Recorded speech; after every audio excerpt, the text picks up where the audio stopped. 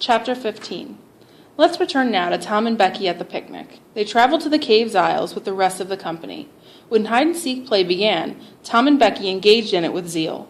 When they tired of that, they wandered down a winding avenue, holding their candles aloft and reading the tangle of names, dates, addresses, and statements with which the rocky walls had been marked in candle smoke.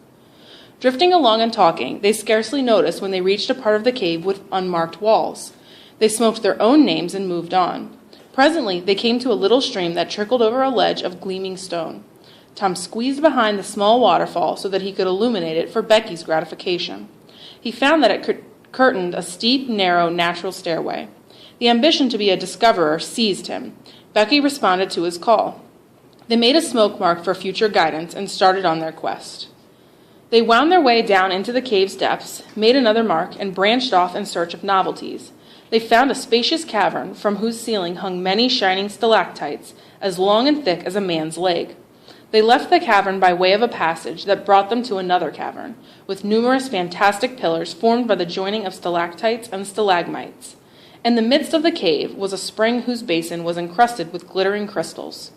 Under the roof were thousands of bats. The candlelight disturbed them, causing them to come flocking down, squeaking and darting.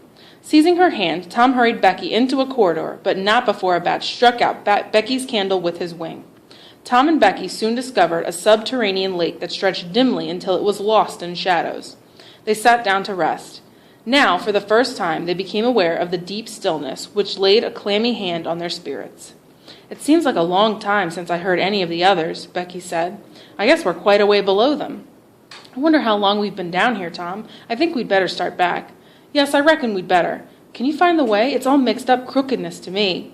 "Yes, but I think we'd better avoid the bats. If they put our candles out, we'll be in trouble. Let's try some other route. I hope we don't get lost. It would be awful." Becky shuddered at the thought. Tom and Becky started through a corridor and traveled it in silence a long way, glancing at each new opening to see if anything looked familiar. Nothing did. Shaken, Tom started turning off into diverging avenues at random in the hope of finding the way back. "Oh, Tom, never mind the bats," Becky said. "Let's go back that way." Tom shouted. The call went echoing down the empty aisles and died out in the distance in a faint sound that resembled a ripple of mocking laughter. "Don't do it again, Tom. It's horrid." "It is horrid, but I'd better, Becky. They might hear us." He shouted again. The children stood and listened. Nothing. Tom quickly turned around and headed back, but the indecision of his manner soon revealed a fearful fact. He could not find the way back.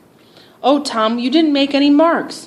"I was a fool, Becky. I can't find the way. It's all mixed up. We're lost. Oh, why did we ever leave the others?" Becky sank down to the ground and started to cry. Tom sat down by her and put his arms around her. She buried her face in his chest and clung to him. Tom begged her to pluck up hope. She said she would try.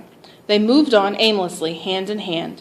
After some time, Tom said that they should listen for dripping water, which would indicate a spring. They found one and rested. With some clay, Tom fastened his candle to the wall in front of them. "I'm so hungry," Becky said. Tom took something out of his pocket. "Do you remember this?" Becky almost smiled. "It's our wedding cake." "Yes, I wish it was as big as a barrel because it's all we've got." Tom divided the cake, and Becky eagerly ate her portion. Tom nibbled at his. There was abundant cold water to quench their thirst. Becky suggested that they move on, but Tom said, "No, Becky, we have to stay here where there's water to drink. That little piece is our last candle." Becky paled, but then brightened. "Tom, they'll miss us and hunt for us. Maybe they're hunting for us now." "Maybe they are. I hope they are." "When do you think they'll miss us?" "When they get back to the boat, I reckon." "It might be dark then. Would they notice that we didn't come?" "I don't know, but your mother would miss you as soon as they got home." The frightened look on Becky's face reminded Tom that Becky was not expected home that night. Sunday morning might be half gone before her mother discovered that she was not with the Harpers. The children fastened their eyes on their last bit of candle and watched it melt slowly away. At last the half-inch wick stood alone. They saw the feeble flame rise and fall, climb the thin column of smoke, linger at its top a moment, and then utter darkness.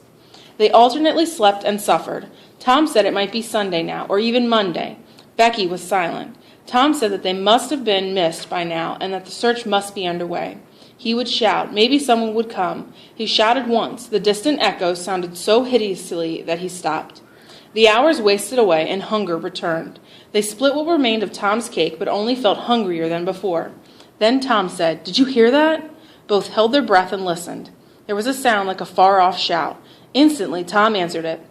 Leading Becky by the hand, he started groping toward it. He listened again and heard the sound again, apparently a little nearer. "It's them!" Tom exclaimed. "They're coming for us. We're all right now, Becky." The prisoner's joy was almost overwhelming. Their progress was slow, however, because there were many unexpected holes. They soon came to one and had to stop. It might be 3 feet deep, it might be 100. Tom lay on his chest and reached down as far as he could. No bottom. They must stay there and wait until the searchers came. They listened. The shouts were growing more distant. A moment or two more and they were gone. Tom yelled until he was hoarse, but no one responded. The children groped their way back to the spring. Now Tom had an idea. There were some side passages close at hand. It would be better to explore some of them than pass the time in idleness. Tom took a kite line from his pocket and tied it to a projection of a rock. And he and Becky started, Tom in the lead, unwinding the line as he groped along. The corridor ended in an overhang. Tom got down on his knees and felt below, then as far around the corner as he could reach. He made an effort to stretch his hand a little farther to the right. At that moment, a hand holding a candle appeared from behind a rock. Tom shouted with joy, but the person who emerged was Injun Joe. Tom was paralyzed. Much to his surprise, Joe disappeared from sight. Tom wondered why Joe hadn't recognized his voice and come over and killed him for testifying in court. Tom reasoned that the echoes must have disguised his voice. Weak with fright, Tom returned to Becky. He was careful not to reveal he had seen Joe.